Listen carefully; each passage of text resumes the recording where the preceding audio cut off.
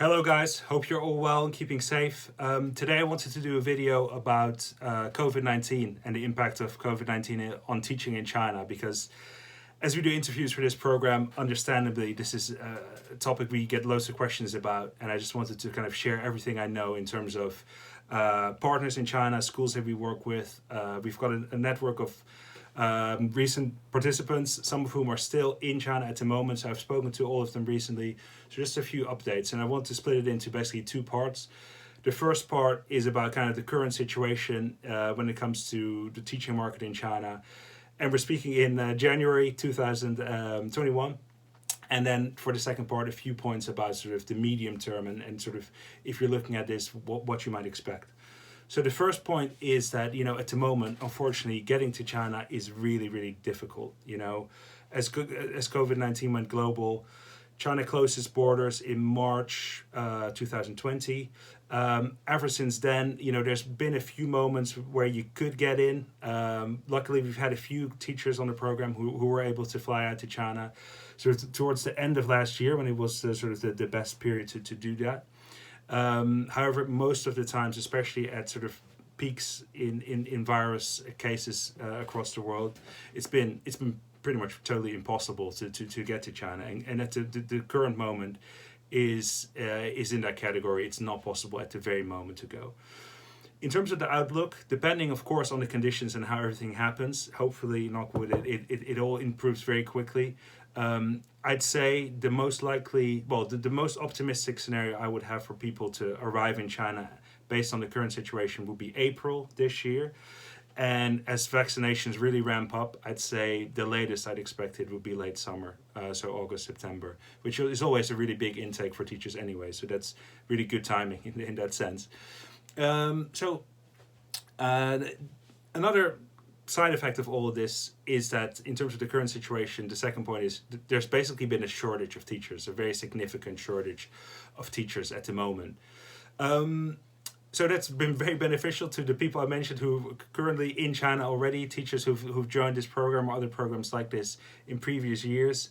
Just because contracts had ended, people had come home for the pandemic. So in terms of eligible candidates who are out in China who have been able to get higher salaries and sort of a bigger pick of jobs at the moment.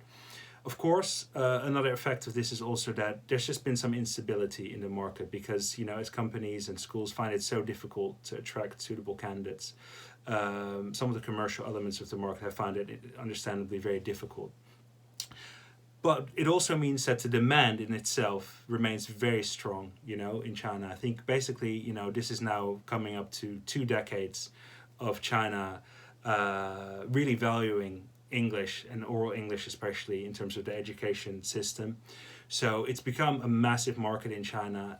Parents are used to valuing it, and that has absolutely not changed. In fact, about 2 years ago, there was an additional change where oral English has now also become a part of the university entrance exam, and that's a very crucial moment in the Chinese education system for all young students that they will all work towards. So oral English is here to stay, basically, in terms of the Chinese market.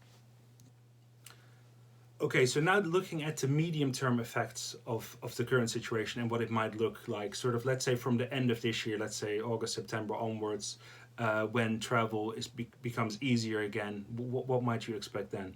I'd say that one thing to expect, I personally expect, is that things will not change back overnight. Of course, there's going to be in the time you were able to enter China towards the end of last year, what was in place was a quarantine, which was essentially that you'd had to spend 2 weeks, like many other countries around the world do as well, where you had to spend 2 weeks in a hotel before you could enter sort of society. So that is something that's in place now, and I think it will stay like that for a while, even as the virus fades. So that's certainly something to keep in mind. That means, as a related matter then, that the shortage of teachers I mentioned before will not necessarily disappear overnight either, and that as a result, the salaries sort of will remain really good for the foreseeable future, better than they had been before the pandemic. So that's obviously, if you're looking at going, something to keep in mind, that I think, you know, increasingly teaching in China is definitely a way to save significant amounts of money. As an example, as a starting teacher, you can probably expect a salary of in the region of, you know, £1,700, maybe £2,000 per month, and also free accommodation or housing allowance, or essentially free accommodation as well. So that means that, you know, given the standard of the cost of living in China, you can probably save half of that, you know, so potentially savings of something in the region of £1,000 a month. So that's obviously a great perk of teaching in China. In terms of the final key point that I think will be important looking forward, it's related to something else I was saying earlier about some instability in the teaching market, that would stay. Essentially, something I've heard from quite a lot of people in China is that, you know, of course, salaries at some schools have really gone through the roof, essentially, you know. And I'd say that's obviously great if you're there now and you're benefiting from that. But in terms of the medium term, I think some of those schools that have been doing that could have issues, in the sense that either, you know, when new people arrive, either it wouldn't make sense for them to honor certain contracts at certain pay rates they've agreed to, or that they simply sort of overextend themselves financially and go under, which has obviously already happened also to some schools. So as a company in general, I think we value stability first and foremost, because if you're obviously going teaching abroad, I think that's the main thing I want to look out for everyone doing this, and make sure you're at a school that's going to provide a very stable environment.